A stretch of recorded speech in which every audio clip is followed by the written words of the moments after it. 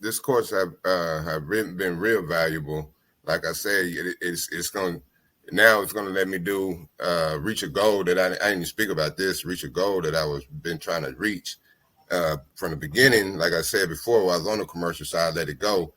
When I was listening to one of your videos, and I was actually doing cold calls, like 2 calls a day or something like that. I was doing a cold call and trying to get commercial contracts, and I landed one. But then I listened to a video of yours right there, and it said Airbnb cleaning. You only mentioned it like once or twice, and so I started. It rung a light bulb off in my head, right? And so I like, I never heard that before, and it blossomed. So fast track. Now I can go back to. I was telling my wife what I wanted to do. I wanted to get this Airbnb cleaning solid and going, and then I was going to go back to the janitorial contract side.